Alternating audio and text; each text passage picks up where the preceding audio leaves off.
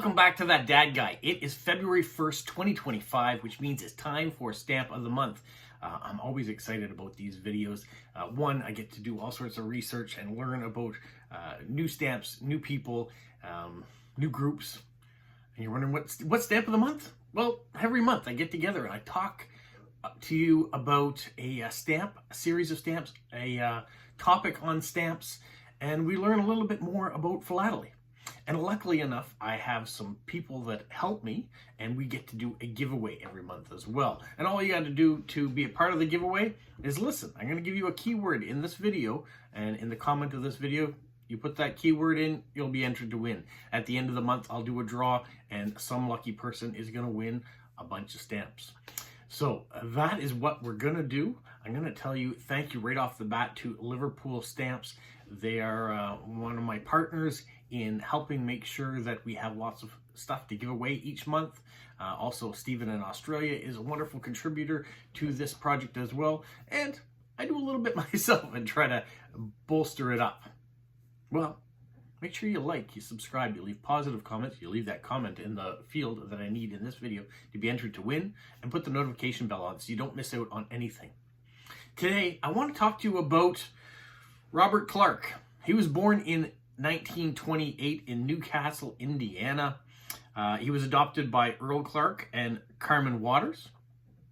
In 1942, his parents got a divorce, but he moved with his father to Indianapolis, and he attended the Arsenal Technical High School and became valedictorian in 1946.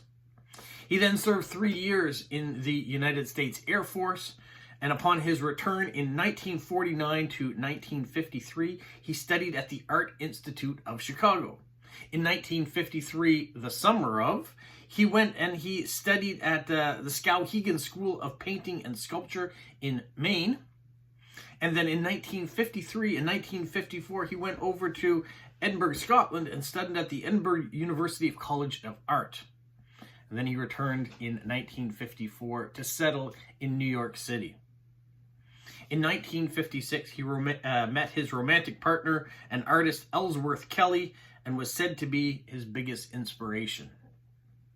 In 1958, he changed his name from Robert Clark to what you probably know him now as Robert Indiana. He took on his state name where he was born. That became his new name, Robert Indiana. And he did this to distinguish himself from other artists at the time. He was a pop artist, and he was learning his new craft at that time. In the 1960s, his career took off when the MoMA, the Museum of Modern Art in New York, bought his art piece called The American Dream Eye. In 1969, he visited Life magazine photographer on Valentine, Maine, which was an island, and he stayed at a 100-year-old Victorian house, and he got inspired by the Odd Fellows insignia, which consists of 3 interlocking rings. And he thought one day he probably will die with those rings nearby. In 2018, he died as a recluse in Maine. That's where he's finally settled. So that is kind of the life of Robert Indiana. And you're thinking, what does that have to do with stamps? What are we talking about? You know, I glossed over the part where I said in 1960s his career took off. So we're going to travel back a little bit now and see why did his career take off. In 1958, he was writing a series of poems, and he was stacking the letters L-O and V-E. Love. Simple enough. He was stacking them in his poems. He and Ellsworth Kelly used to write postcards back and forth to each other with different things, and that's one of the styles that he did. In 1961, he put out this piece of work called The 4-Star Love. In 1964, he put out Love is God. All of these things supposedly were inspired by his relationship. In 1964, though, their relationship ended. And in 1965, The Museum of Modern Art came calling once again and selected Robert Indiana's submission for their yearly postcard, which was this love symbol. And it became the most profitable postcard that the MoMA has ever put out. Indiana said that the color schemes were inspired by his father working at the Phillips 66 gas station, with the Indiana sky in the background. Others believe it was inspired more by Kelly's 1963 art piece called Red, Blue, and Green. You be the judge, I guess. Either way, this piece inspired a generation and became a beacon for the movement in the youth and in society for that love movement. It went on to create many sculptures, many different languages. He used the love concept and used other words like hope and created sculptures that way too. In 1977, he even created a Hebrew version, which is in Jerusalem. In 2011, Google used the love signal in their search engine. And right up into this modern time, Lego has put out, my favorite Lego, put out the love sculpture. So you can build that yourself out of Lego. But once again, what does it have to do with stamps? Well, in 1973, the United States Postal Service commissioned an 8-cent stamp designed by Robert Indiana for their Valentine's Day issue. 425 million of these stamps were sold over the next 2 years, and it inspired them to continue with the love theme to this day. Stamps are coming out on a regular basis, including this stamp that comes out for 2025 Valentine's Day. So to me, February is love. People think about February for love because Valentine's Day falls on February 14th. Also, my wife's birthday, Shanda, his birthday is on Valentine's Day. So love is there for all sorts of things. So that is the theme today. That is the theme for February, is love. And this arrived just a few days ago from Liverpool Stamps. And in it, there are a few items that have to do with love. And then I have a sheet over here of things that I am working on, and I'm trying to do a little bit more. So that's why we are going to give you a teaser today with what is in this giveaway. And then near the end of the month, we'll draw the winner, and you'll see exactly all the things that are in it. So in a moment, I'll talk about that. I do want to thank Liverpool Stamps. You can go to www.liverpoolstamps.co.uk and check out their website. And if you put in the code TDG20, you'll get 20% off your order, no matter what you order. And you'll also get a free gift that has to do with the theme love this month. So that's going to be kind of cool. And you'll get a free penny red too, which is even a bigger bonus. So thank you, Liverpool Stamps, for that. I believe there is something in the mail still traveling from Stephen in Australia. So we will wait for that, and I will show you what arrives for the giveaway. I'm going to show you a couple things that were in this envelope that are a part of the giveaway.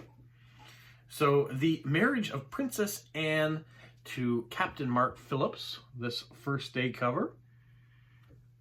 Love. You have this anniversary one of Queen Elizabeth II.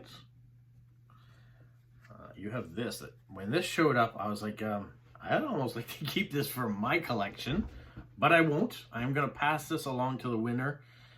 It's for the wedding of Prince Andrew and Fergie, so Sarah Ferguson, from Belize. A nice souvenir sheet. Yes, I know they're not together anymore, so love had an end date, I guess, with this couple. But it's a nice set of stamps. On the same line, Princess Diana and now King Charles. So the stamps that came out for their nuptials. And so that's kind of some of the nice things that arrived. There are a couple other stamps I've got to the side too that are going to be in there. I'm also going to point out this there's the first love stamp right there.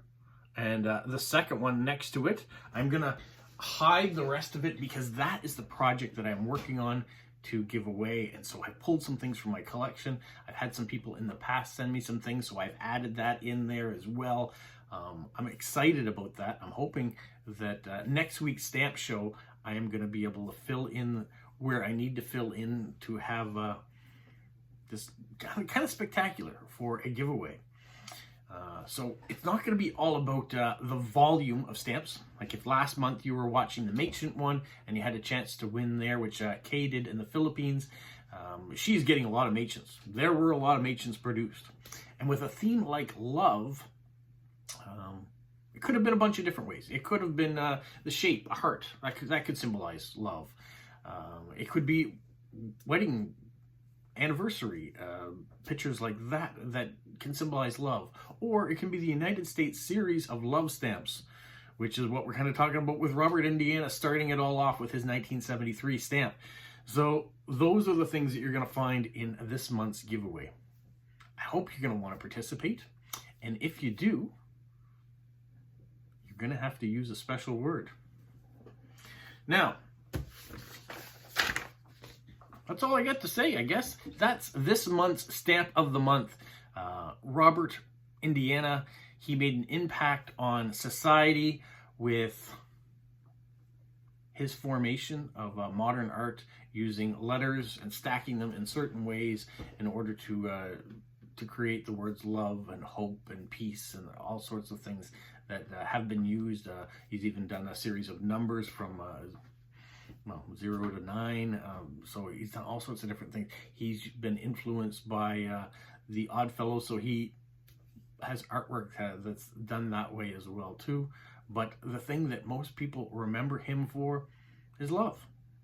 And so whether it is the tragedy of a relationship that broke up that inspired him to come out with that series and that style, which kind of a sad way of looking at it, but people have turned it around, flipped it around, and used it as a positivity for the Summer of Love, 1969, or the series of free love, the movement, the hippie movement that embraces love, that carried right on to say, you know what, we need love to carry us through in tough times. And the 1960s were tough times. There was a lot of things going on there in the social movement, in an economic movement, carried on into the 70s, early things that are going on. To this day, in countries around the world, love is still an important factor. And if we can cling to that, then we're going to make a difference. We're going to make it through. You guys, have a magical week. What, Polo? You say like, subscribe, share, and tell all your friends? Who's a good boy? Who's a good boy? Bye. I didn't forget. You guys know I didn't forget. So the word you need to put in the comments here is not love, but it's Shanda. S-H-A-N-D-A. Shanda.